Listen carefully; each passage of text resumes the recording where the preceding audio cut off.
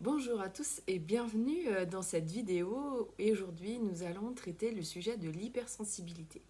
Si vous me suivez sur mes différents réseaux sociaux, vous avez pu voir que souvent, j'ai pu poster des articles à ce sujet.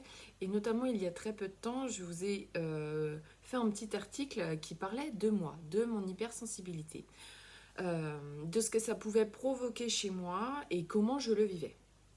Alors l'hypersensibilité, est-ce que c'est une mode, est-ce que c'est une réalité? C'est ce dont nous allons parler dans cette vidéo. Et bien sûr, je vais essayer de vous décrire le plus précisément les symptômes. Donc tout d'abord, l'hypersensibilité, qu'est-ce que c'est? C'est un ascenseur émotionnel. C'est-à-dire qu'on peut passer du rire aux larmes sur un court laps de temps, c'est-à-dire qu'en une même journée, on peut se réveiller par exemple avec vraiment une grosse déprime, mais vraiment les, les mêmes symptômes hein, qu'une dépression, et puis un événement arrive quelques heures plus tard, ça peut même être dans la même matinée, et d'un seul coup, on est euphorique. Donc on va vraiment être dans des phases très courtes, contrairement par exemple à la bipolarité où ce sont des phases de plusieurs jours, des phases plus longues. L'hypersensibilité va être un ascenseur émotionnel. On va passer du rire aux larmes, vraiment comme ça. Euh, de temps en temps, voilà, cette petite déprime peut durer plusieurs jours et puis pouf, ça y est, ça s'envole. Mais ce qui caractérise vraiment l'hypersensibilité, c'est ce court laps de temps, j'ai envie de dire, entre les émotions qui nous traversent. Parce que c'est pareil, on le vit à 100%.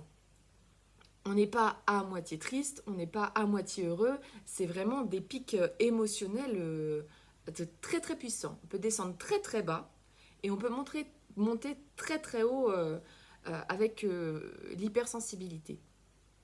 Deuxième critère, quand on est en présence d'autres personnes qui souffrent, on a l'impression que cette souffrance aussi nous appartient, ce qui n'est pas le cas du tout, mais on est très très empathique.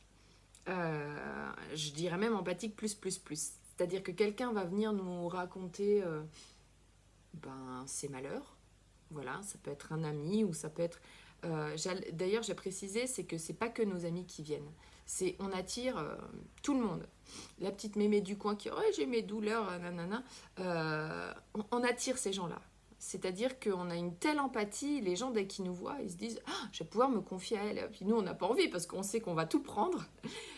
Mais c'est aussi une des caractéristiques de l'hypersensible, c'est-à-dire que les gens viennent très facilement à vous euh, se confier, et même des gens que vous ne connaissez pas. Troisième caractéristique, on a l'impression qu'on n'est pas adapté au monde dans lequel on vit. C'est-à-dire qu'on a toujours l'impression d'être en décalage, soit trop, soit pas assez. Et cette différence, on la ressent très souvent. On a l'impression que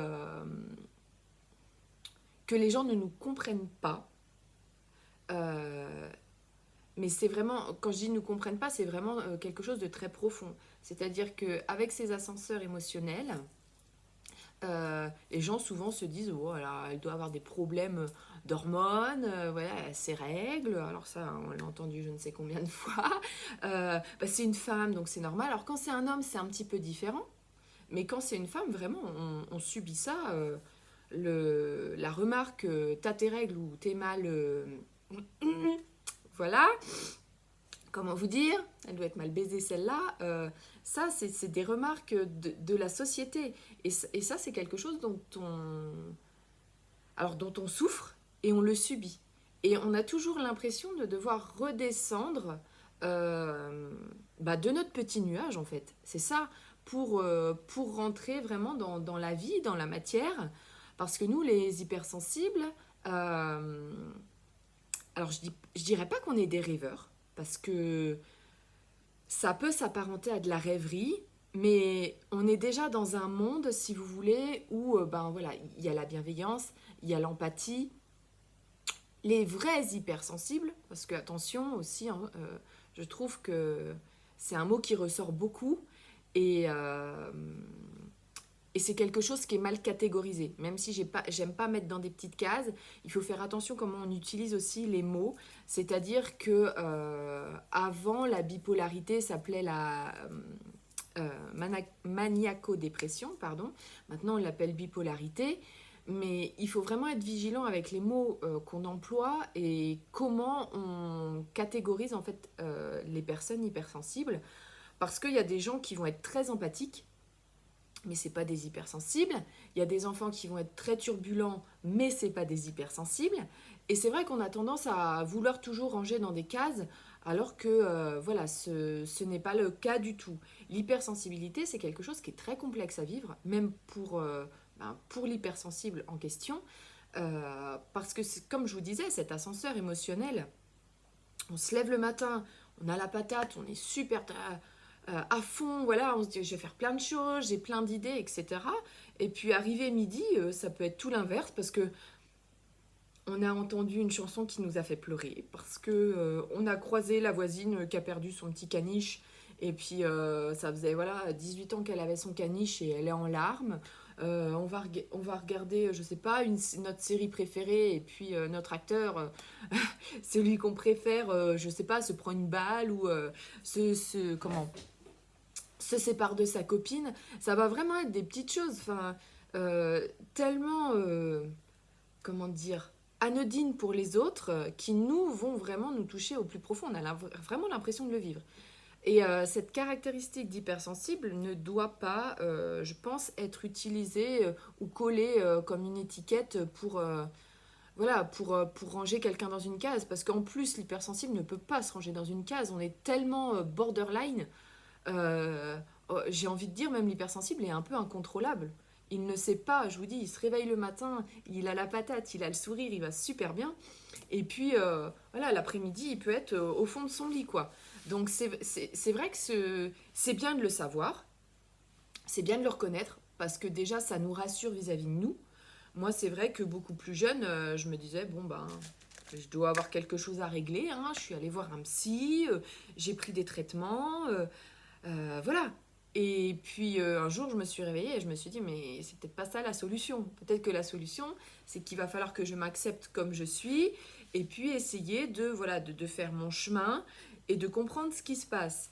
Je me suis jamais rangée dans des cases. Je sais très bien que voilà, c'est pas pour, comment dire, pour me faire mousser ou quoi que ce soit, mais je sais que je ne rentre pas dans la société, dans les petites cases qu'on veut bien nous attribuer. C'était pareil à l'école.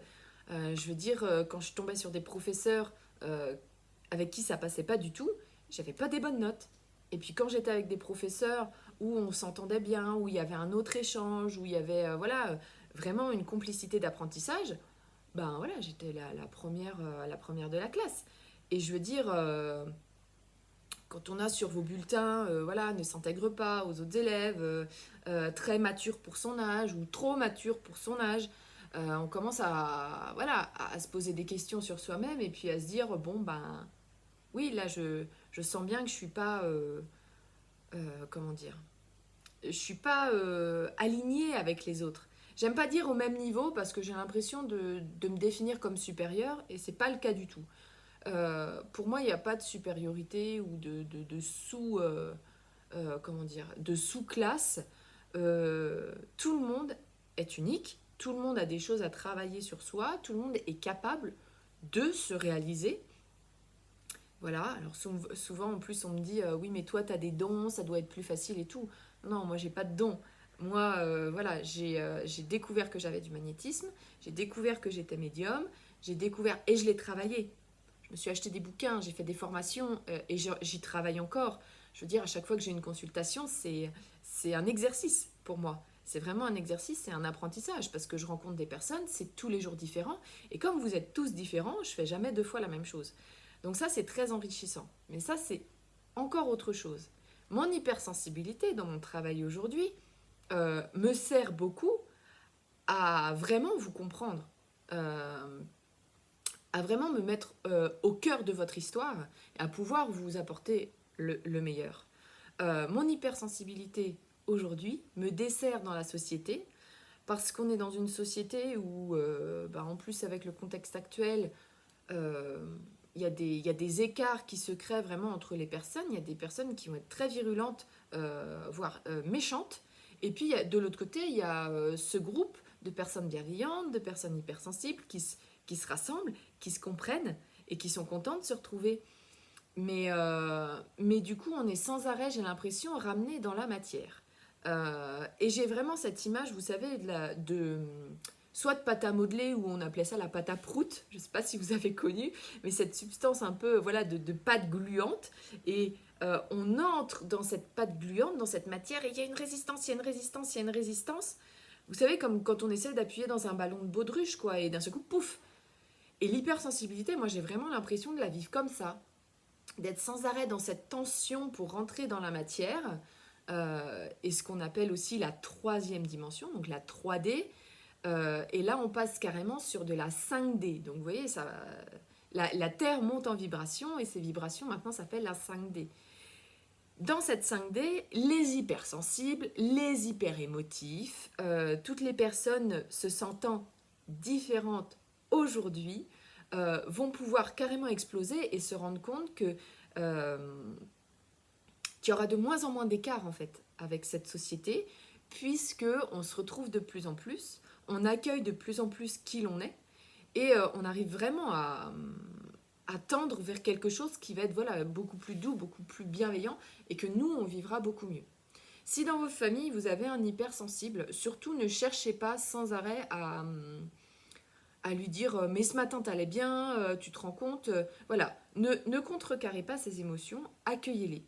Moi je suis hypersensible, je le sais parce que j'en connais maintenant la définition et je comprends que ce yo-yo émotionnel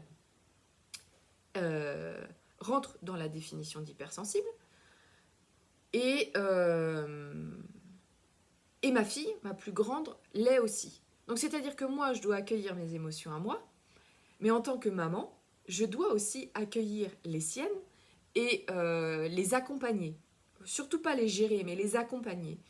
Et si vous avez quelqu'un dans votre entourage qui est comme ça, qui a beaucoup d'empathie, qui a des états d'émotion yo-yo, mais c'est ce que je vous dis, sur de très courts laps de temps, accueillez-les, accompagnez ces émotions avec lui. C'est-à-dire que si vous le voyez pleurer, prenez-le dans les bras. Ne cherchez pas forcément à comprendre, à dire mais pourquoi tu pleures? Parce que des fois, finalement, on ne sait même pas foncièrement pourquoi on pleure. Si on va avoir vu une image, une belle image, on va avoir vu une image triste, on va avoir entendu quelque chose. Et puis, des fois, on a tout simplement besoin de se décharger de ce trop-plein d'émotions.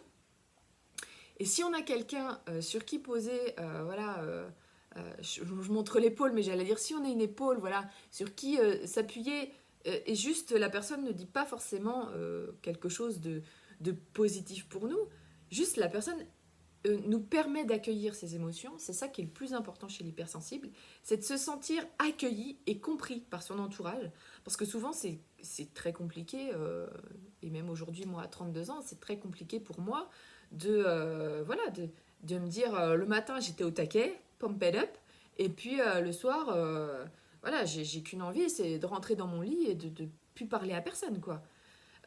Pleurer pendant toute une nuit, ça m'est déjà arrivé. Tu te lèves le matin, t'as les yeux comme un lapin qui a eu la myxomatose ou une bonne conjonctivite, tu sais. Tu te dis, punaise, qu'est-ce qui m'est arrivé? Mon Dieu! Et voilà. Et le lendemain, une fois après avoir pleuré toute cette nuit, voilà, j'ai la banane et je suis à fond dans ce que je fais. J'arrive voilà, à me mettre à fond dans mon boulot, à accueillir des rendez-vous. Mais voilà, on a besoin vraiment, je vous dis, si vous rencontrez des hypersensibles dans votre entourage, de cet accueil, qu'on puisse être accueillis comme nous sommes. Ne pas chercher forcément à comprendre ce qui se passe sur l'instant T. T'es euphorique, ok, c'est super. T'es au 36e dessous, ok, d'accord, bah, je suis là. Voilà, si t'as envie d'en parler, je vais t'accueillir dans le non-jugement. Voilà, tu peux me parler. T'as vu quoi? Bah, t'as regardé une série qui t'a fait pleurer? Ah bah oui, effectivement, c'est sûr que ça doit pas être facile. Mais bon, tu sais, c'est la série, ça ne t'appartient pas. Toi, tu vas bien. Regarde alors, qu'est-ce qui s'est bien passé aujourd'hui? Voilà, on peut essayer tout doucement accueillir ces choses-là dans la bienveillance. J'espère que cette vidéo sur l'hypersensibilité vous aura aidé un petit peu aussi peut-être à vous reconnaître. Si c'est le cas, sachez que vous n'êtes pas seul. De plus en plus de personnes se retrouvent. N'hésitez pas à me laisser un commentaire, à me laisser un message privé. Moi, en tant qu'hypersensible, je pourrais vous donner peut-être des petites clés, même si je ne les ai pas toutes, j'avoue, pour pouvoir le vivre au mieux, l'accepter au mieux. Et vous verrez qu'une fois que c'est accepté, déjà, on le vit vraiment différemment. Une fois qu'on s'est accepté et reconnu, on va dire que c'est un petit peu plus léger à vivre. En tout cas, si vous avez aimé cette vidéo, n'oubliez pas de mettre un j'aime. Vous pouvez me suivre sur mes réseaux sociaux, Instagram ou Facebook. Je vous embrasse. Comme je vous le dis à chaque fois, n'hésitez pas à me laisser des messages. J'y réponds dès que possible. Et je vous souhaite une très belle journée. À bientôt pour une autre vidéo.